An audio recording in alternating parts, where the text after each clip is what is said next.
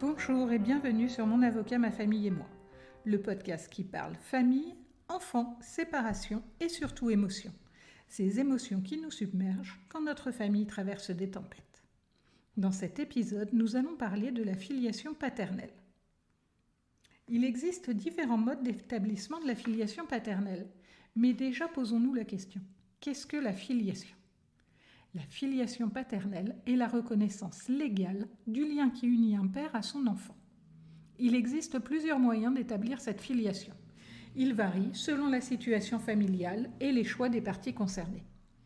Tout d'abord, si le père est marié à la mère de l'enfant, au moment de la naissance, la filiation paternelle est établie automatiquement. En effet, le père est présumé être le père biologique de l'enfant, sauf preuve contraire. Cette présomption est fondée sur le principe de la présomption de paternité, qui vise à protéger la famille et les intérêts de l'enfant. Si les parents ne sont pas mariés, le père peut reconnaître l'enfant volontairement, soit avant la naissance, soit après. Cette reconnaissance peut être faite devant un officier d'état civil ou par un acte authentique chez un notaire. Elle doit être faite en personne, sauf dans certains cas particuliers, où elle peut être faite par procuration. La reconnaissance permet d'établir le lien de filiation entre le père et l'enfant de manière légale et officielle. Enfin, la filiation paternelle peut être établie par décision judiciaire. Quelles sont les conséquences qui sont attachées à cette filiation ? La filiation paternelle est une reconnaissance légale du lien qui unit un père à son enfant. Comme nous l'avons vu, elle est établie de différentes manières selon la situation familiale et les choix des parties concernées. Toutefois, une fois la filiation paternelle établie, elle entraîne des droits et des devoirs pour le père envers son enfant. Tout d'abord, le fait de reconnaître un enfant avancé 1 an entraîne automatiquement l'exercice de l'autorité parentale, qui sera conjointe avec l'autre parent ayant reconnu l'enfant. Si le père reconnaît l'enfant après ces 1 an, l'autorité parentale ne sera exercée conjointement qu'avec l'accord de l'autre parent, par déclaration conjointe. En cas de désaccord, il conviendra de saisir le juge aux affaires familiales afin d'être autorisé à exercer cette autorité parentale conjointement avec l'autre parent. L'établissement de la filiation entraîne un devoir de protection envers l'enfant. Les parents doivent subvenir à ses besoins, c'est l'obligation alimentaire envers ses descendants, qui prend la forme d'une pension alimentaire dans le cadre d'une séparation ou d'un divorce. Il y a également un devoir de surveillance et d'éducation envers l'enfant, et il doit veiller à son bien-être. En contrepartie, le père a des droits sur l'enfant. Il a le droit de demander à avoir la résidence de l'enfant fixée à son domicile, de façon principale ou en alternance avec l'autre parent, ou de bénéficier d'un droit de visite et d'hébergement. L'autorité parentale lui confère le droit de participer aux décisions importantes concernant l'enfant, telles que le choix de l'école ou de la religion. Il est important de souligner que la filiation paternelle ne se limite pas à des droits et des devoirs. Elle est avant tout un lien affectif entre un père et son enfant qui peut être renforcé par des actions concrètes, telles que passer du temps ensemble, s'impliquer dans la vie de l'enfant et lui témoigner de l'affection. Ces actions contribuent grandement à la construction de la relation entre un père et son enfant et permettent de créer un lien fort et durable. Nous allons maintenant nous intéresser aux difficultés de la filiation paternelle. Tout d'abord, intéressons-nous à la recherche de paternité. La recherche de paternité est une démarche complexe qui peut être entreprise pour de multiples raisons. Elle peut être initiée par l'enfant lui-même, la mère ou le père présumé, dans des situations où la filiation paternelle n'a pas été établie, de manière légale et officielle, ou lorsque des doutes subsistent quant à la paternité de l'enfant. Les raisons pour lesquelles une recherche de paternité est entreprise peuvent être variées. Dans certains cas, cela peut être une simple formalité pour établir la filiation paternelle. Dans d'autres cas, cela peut être une question importante pour les droits de l'enfant, tels que l'héritage, la pension alimentaire ou l'autorité parentale. En France, la recherche de paternité est encadrée par la loi. Il n'est pas possible de commander un test ADN sur Internet et de réaliser ce test en espérant que cela entraînera des conséquences juridiques en présentant ce test à un juge. La recherche de paternité est une procédure judiciaire qui peut être initiée par la mère, l'enfant ou le père présumé. Il convient de réunir des éléments de preuve de la relation amoureuse entre la mère et le père présumé pendant la période de conception de l'enfant. Il peut s'agir d'attestations sur l'honneur de proches, amis, famille, de courriers, de photographies. Ces preuves vont constituer un faisceau d'indices permettant au juge de considérer qu'il est possible que le père présumé soit le père biologique de l'enfant. Dans le cadre de cette procédure, on sollicite du juge qu'il ordonne une expertise ADN. Si le juge y fait droit, l'expertise permettra de confirmer ou d'infirmer la paternité. Attention, il est important de savoir que nul ne peut être contraint à réaliser cette expertise s'il n'est pas d'accord. Le juge tirera les conséquences qu'il souhaite de ce refus de se soumettre à cette expertise. Si la paternité est confirmée, cela entraîne les mêmes conséquences juridiques et financières que pour une filiation paternelle établie de manière légale et officielle dès la naissance de l'enfant. Il est important de noter que la recherche de paternité peut être une démarche émotionnellement difficile pour toutes les parties impliquées. Elle peut être source de tensions, de conflits et de remise en question de l'identité de chacun.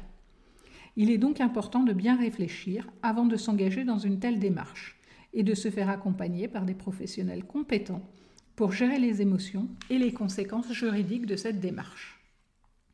Enfin, la recherche de paternité peut être un moyen pour l'enfant de mieux connaître ses origines et son histoire familiale. Cela peut être important pour son développement personnel, sa construction identitaire et sa relation avec sa famille. On me pose régulièrement la question de savoir s'il est possible de s'opposer à l'établissement du lien de filiation. Je parle du cas que l'on nomme la paternité imposée, c'est-à-dire le cas où le père indique qu'il ne souhaitait pas d'enfant, qu'il a fait part de cela à sa partenaire, qui a tout de même souhaité poursuivre sa grossesse. Le père ne reconnaît pas l'enfant, au motif qu'il ne l'a pas voulu, et peut parfois avoir toutes les preuves de ce désaccord. Le droit français ne reconnaît pas cette notion de paternité imposée et établira le lien de filiation selon la procédure que je vous ai décrite. Il sera, dans certains cas, possible de solliciter des dommages et intérêts en réparation du préjudice de s'être vu imposer une paternité que l'on ne souhaitait pas. Envisageons maintenant la contestation de paternité. Dans le cas de la recherche de paternité, nous étions dans la situation d'un enfant qui n'a qu'un lien de filiation maternelle établi et pas de lien de filiation paternelle. À l'inverse, dans le cas de la contestation de paternité, l'enfant a un double lien de filiation établi et on souhaite contester le lien de filiation paternelle. La contestation de paternité est un sujet délicat qui peut avoir des conséquences importantes pour toutes les parties impliquées. Elle est une procédure juridique complexe qui permet de remettre en cause l'établissement de la filiation paternelle d'un enfant dans des situations où la paternité n'a pas été établie de manière légale et officielle, ou lorsque des doutes subsistent quant à la paternité de l'enfant. La procédure de contestation de paternité peut être engagée dans plusieurs cas. Tout d'abord, le père peut demander l'annulation de sa reconnaissance de paternité s'il l'a faite par erreur ou sous la contrainte. Dans ce cas, le père dispose d'un délai de 2 ans s'il a fait la reconnaissance devant un officier d'état civil ou de 5 ans s'il l'a faite par acte authentique chez un notaire pour contester sa paternité. Ensuite, le père peut contester sa paternité s'il a des doutes sur sa filiation biologique. Dans ce cas, il peut demander une expertise génétique selon une procédure similaire à celle de recherche de paternité pour déterminer s'il est bien le père biologique de l'enfant. Si l'expertise révèle qu'il n'est pas le père biologique, la filiation paternelle sera annulée rétroactivement, comme si elle n'avait jamais existé. Enfin, la contestation de paternité peut être engagée si le père a découvert que l'enfant est né d'une relation extra-conjugale et qu'il n'a pas donné son consentement à la reconnaissance de paternité. Cependant, la procédure de contestation de paternité peut être complexe et nécessite souvent l'assistance d'un avocat en droit de la famille. Elle peut également être source de tensions et de conflits au sein de la famille et peut avoir des conséquences émotionnelles importantes pour tous les membres de la famille. Il est donc important de bien réfléchir avant de s'engager dans une telle procédure et de se faire accompagner par des professionnels compétents pour gérer les émotions et les conséquences juridiques de cette démarche.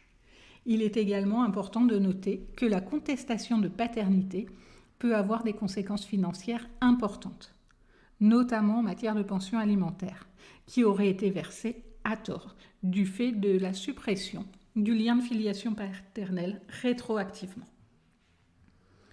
Il faut noter que la contestation de paternité n'est plus possible quand l'enfant a un titre et une possession d'État conforme et continue pendant 5 ans, peu importe la réalité biologique. Mais alors, qu'entend-on par possession d'État ?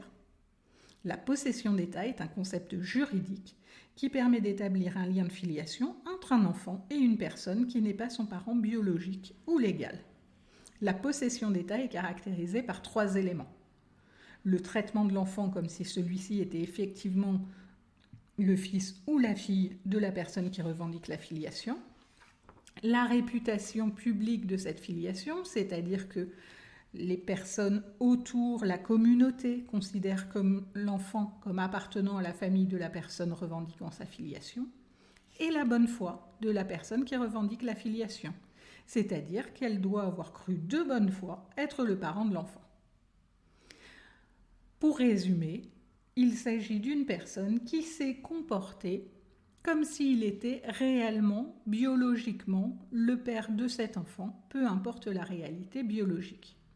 Dans notre cas, la contestation de paternité n'est plus possible quand l'enfant a été reconnu par un homme qui s'est comporté comme son père pendant 5 ans au moins sans interruption. Peu importe qu'il ne soit pas biologiquement son père, le père biologique ne pourra plus agir en contestation de paternité. Le législateur estime qu'il est dans l'intérêt des familles, et notamment des enfants, que la filiation soit immuable et qu'il ne soit pas possible de tout bouleverser quand celui qui a reconnu l'enfant se comporte comme tel depuis une longue période. Voilà, j'espère que cet épisode vous a plu. Si c'est le cas, n'hésitez pas à le partager et à me mettre une très bonne note sur les plateformes d'écoute afin que d'autres personnes puissent découvrir mon avocat, ma famille et moi.